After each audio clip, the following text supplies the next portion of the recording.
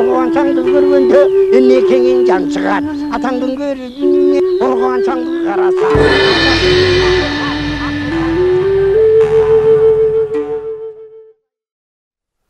Arvаңыздар урматтуу телекөрүүчүлөр, бүгүнкү биздин теле берүүбүз Кыргыз жери керемет жер экендигин жалпы журтубузга көрсөтөлү деген максатта атайын Нарын областынын Каратал Жапырык деген жерине өрөөнүнө барып келдик. Каратал Жапырык өрөөнү бул дагы тарыхый жерлердин бири десек болот.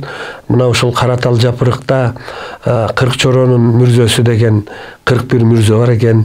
Андан ары Манастын жайы, Манас ата коюлган жай, Семетей ата коюлган жай деген сыяктуу байыркы мезгилдердеги чоң дөбөлөр бар экен. Мына ушул жерлерге барып саякат кылып көрүп келдик. Бул жака болгон саякатыбызды демилгелеген жазуучу, коомдук ишмер Кожош Мусаев агай болду. Мына ошол Кожош агай ар дайым өзүнүн жазган макалаларында, китептеринде Манас атанын сөөгү ушу Каратал Жапырыкка коюлган деген пикирди карманып келет. Мына ушул жердин чын төгүнүн көрүү максатында ошол жерге атайын барып, Каратал Жапырык дагы ошол дөбөлөрдү, байыркы мүрзөлөрдү өз көзүбүз менен көрүп, тартып келдик. Мына эмесе сиздерге ошол Каратал Жапырык өрөөнүн таныштыралы.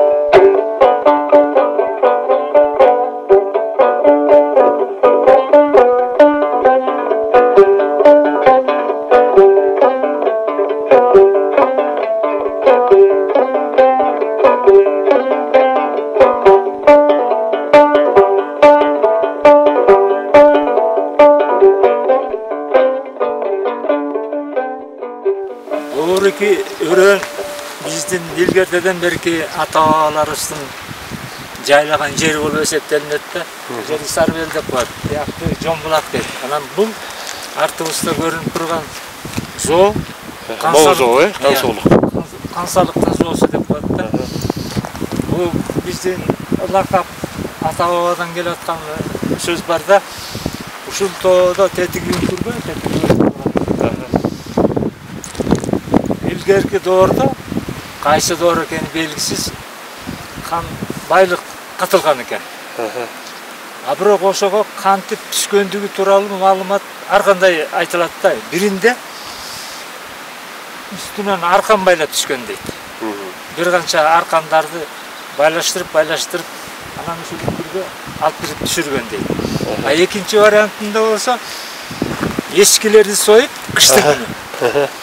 Анан ешкілердің жилігін, жилік дейлемді бөлі чаап тұру еланан кейін ташқы ұрғанда Чапталып калган. Чапталып қалыпты. Анан ошоны түстеп, иймеке кылып мындай, жип байлай тургандай. Анан ошондо текче болуп калат таштар. Таштардын бетинде таяктар урулгандай болуп калат да. Анан ошого аркан байлап анан алып барып туруп анан ошо жерден ошентип жеткирген деп айтышат да. Анан эми мунун анык наанасын сезип илтеш үчүн китепте жазылган эл осундагы лакап болуп экинчи вариант, үчүнчү вариант аркы бетинде кичинекей тешик бар дейт. Жашыруундай бир эне эле тешик дейт. Ошол тешиктен кайра бүтөп коюшкан дейт. Орун таштар. Ошондон кирип, анан ичине койгон дейт. Сойлоп кирген. Бул үчүнчү вариант. Мына ошондой анан ушул жерлерде, оорукий жерде биздин жездебиз Шамшидин жезде Раматылык ба ушул жерде 60 жыл жашады. Ушу өрөөндү. Бала кезде де биз ушул жерден өткөрдүк. Анан мындан аркысын эми тет жакта 40 шоронун бейити бар. Азыр биз айткан. Ошол жака өтүш үчүн биз төбөйлөр чогулуп туруп, ошол жерде атайын эл чакырып, жылкы союп, ата-бабалардын арбагына деп туруп Куран окутканбыз. 150-200ге жакын кишидин чакырып. Келген Жалал Абадтан бери келген. Жалал Абадтан, Таластан, Нарындан, Сузактан ушунун баарынан келип анан төбөлөр жерден Куран окуп кетишкен. Туурабы? Көпүрөнү кеспедиңерби? Анан көпүрөнү Качыбек Илентаны. Качыбек деген биздин төрага болчу жана азыр Беккулдун ордунда. Мен төрөсү болуп атпаймынбы? Анан ошол Качыбек экөөбүз келип, ал негизин жана акча каражаттарын биягынан тиягынан таап каржылап көпүрө салганбыз. Азыр ошол көпүрөдө өйдөбүз.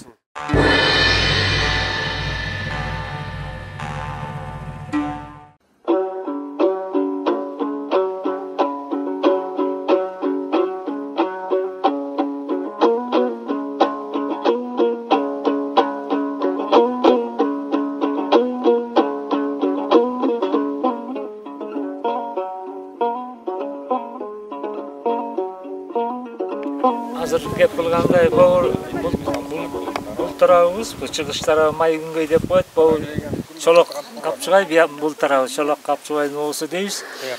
Биягы болсо Кансалык деп жана көрбөдүк биз. Илгери падышалар Кансалык салган жерлер экен. Анан бул ата-бабаларыбыз ушул жерлерде жашап, 50-60 жылдап ушул жакта жашашкан да. Анан ошол жашап келгенде дайыма ушул бу жерден ары бери өткөндө, бияка өткөндө да, бияка өткөндө дагы ушу бата кылып турчу да, биздин улуу бабаларга деп. Анан мына өзүңүздөр көрүп атасыздар, бул жерде туура 40 байыркы мындайча айтканда биздин доорго чейинки мүрзөлөрдүн жатканын көрүп атабыз. Ошол мүрзөлөр мындай санап көрсөңүздөр, туп-тура 40 болуп атат.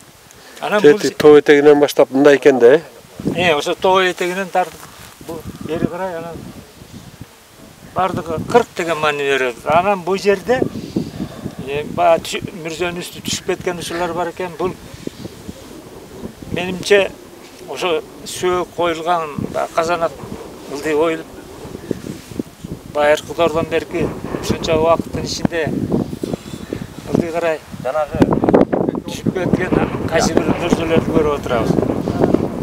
Анан мындан өйдө карай кеткенде Желе Карагай деп айтабыз да деди актырчы. Желе Карагай деп анан ошол жакта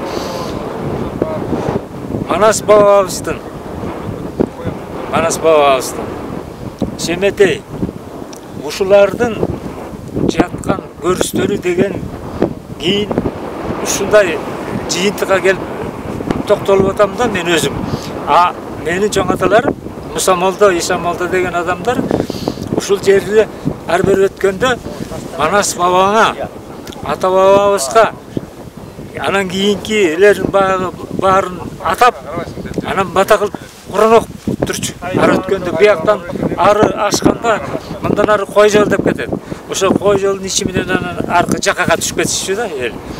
Анда ошо жерде Упаке булак деген да бир кой жолдун ичинде бир жер бар. Ошол Упаке булакта ошо жерге барып да Куран окушчу биякты карап. Тоону карап. Анан мен сурап калчумун.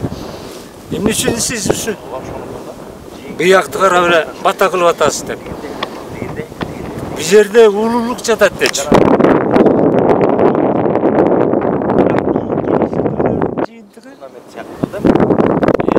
Манасты канекей таластан бери карай 3 күндүк жерге алып келип койду деп айтат эмеспи Манас эпосунда. Ошондо элестетсеңиз, тиги Өтмөктүн белин ашып Сусамарга түшкөндө бир эми ал убакта абдан жай келет да, өлүк талып келатканда жай келет да. Табып андан берки соң көлгө түшкөндө дагы бир күн, анан соң көлдөн бияка ашканда 3 күндүк жер болуп атат негизичи. Анан азыр жогору жактыкка кайрылып туруп, ошо мен айткан Манастын күмбөсү, Семетейдин көрүстөнү, Манастын көрүстөнү деген жерлерди мен илимий багытта бир далилдүү пикир айткым келип атат да, ошо жака барып жарайт.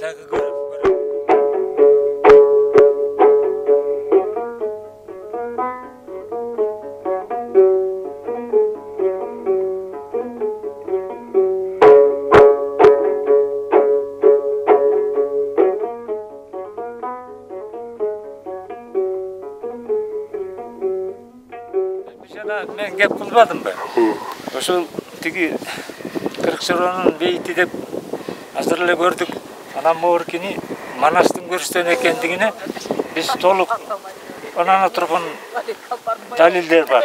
Маселен, мунун тегереги мындай караганда көзгө көрүнбөйт. Жакшылап көңүл беле турган болсок, могу жерде дал эле соң көлдө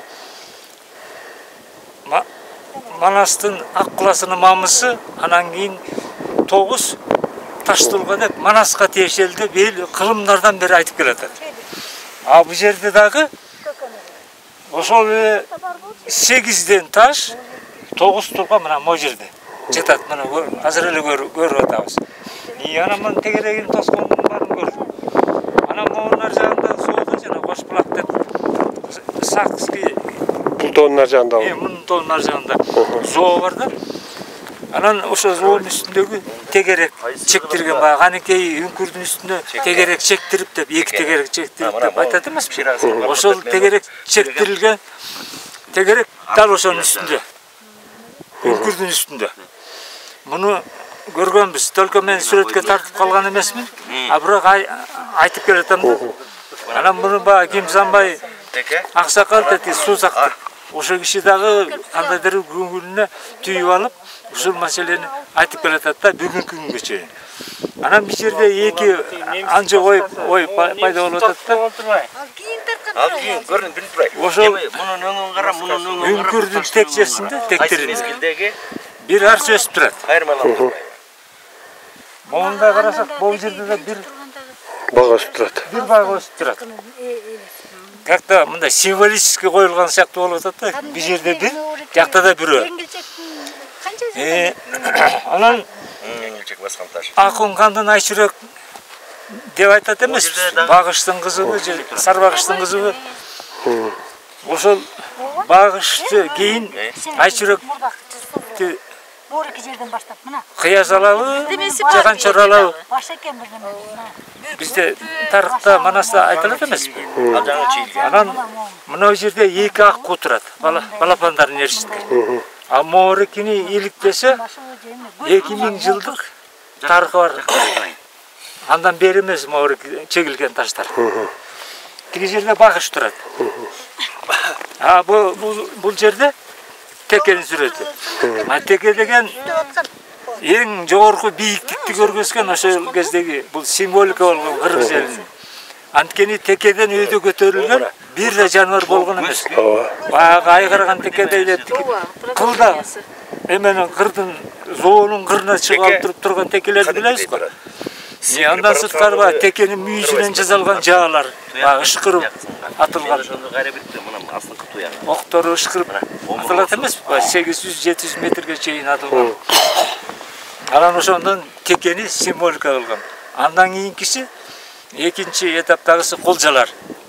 Аркар колжа деп баягы соболосуна жараша, бийиктигине жараша, бийликтин жогорку бийликтин, анан төмөнкү бийлик, андан кийинки бийликтерде отурган биринчи теке, андан кийинки колжа, андан кийин бугу, анан кийин элик деп кетет эмеспи, этек жагында.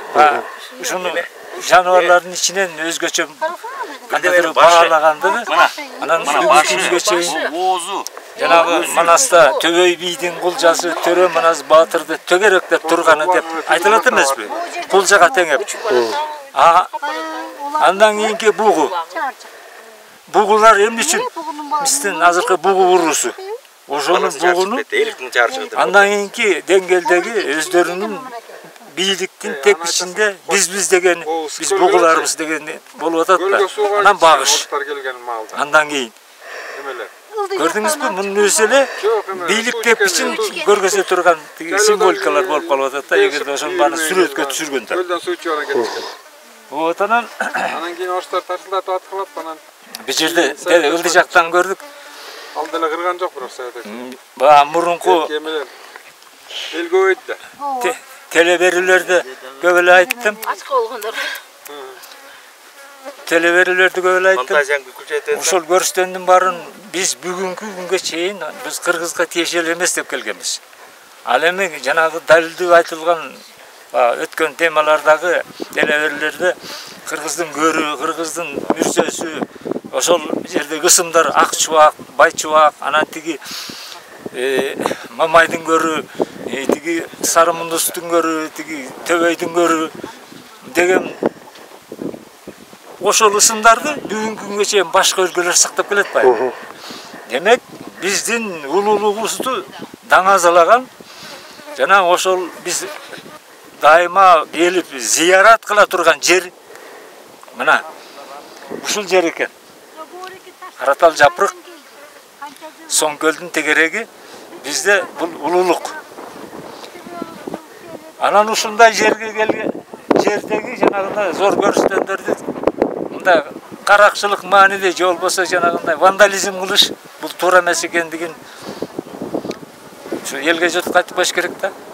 Тетигинтип трактор менен сүздүрүп, анан ичинде эмне табылганын, анан археологдор келип каздыбы, казса эмне тапты, кайсы доорго таандык, аны жарыялаш керек да. Момундай болду деп. Бирок ал казылганда ызы чуу болуп парламентке чейин сөз айтылган болчу. Эсиңизде бардыр.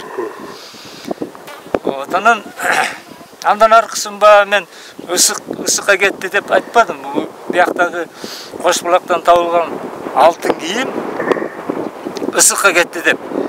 Анан ысыкка барып иликтеп, ошол жакта да изилдөө иштерин жүргүзгөнбүз. Жанагы Кыргыздын картасында ошол табылган ак булактын үстүндө Сакский воин деп алтын кийимчен баягы чекесинде мүйүсү бар, анан чокусуна жаа тартылган алтын кийимчен адамды азыр биз Казакстандын эмблемасы болуп турбайбы? Аны бул жерден алынып кеткен деген пикирди мен ошондо айткан болчумун, китепке да жазгам. Бүгүн да айтам. Биз ушундай өзүбүздүн баалуулукту табылгалар, ушундай жерлерде жаткан табылгаларыбызды, маданият, байыркы маданияттын калдыктарын көрүнгөнгө талатууга акыбыз жок.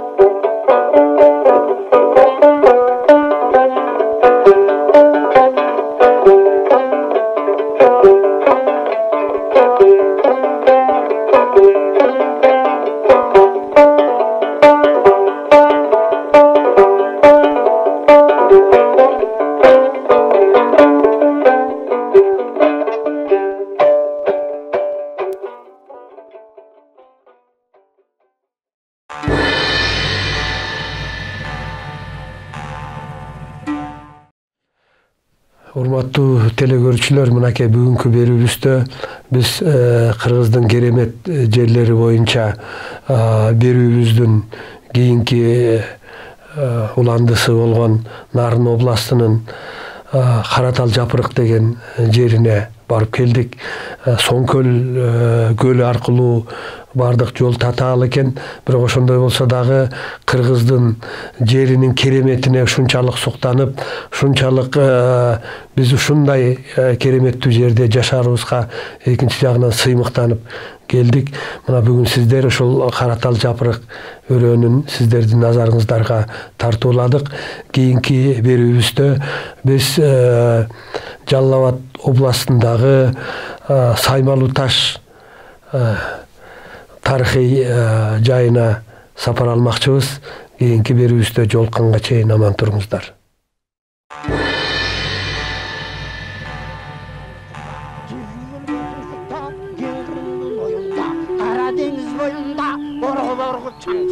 Organ çangdı görgende enne kengin can çıgar. Atandın görüne organ çangdı karasa.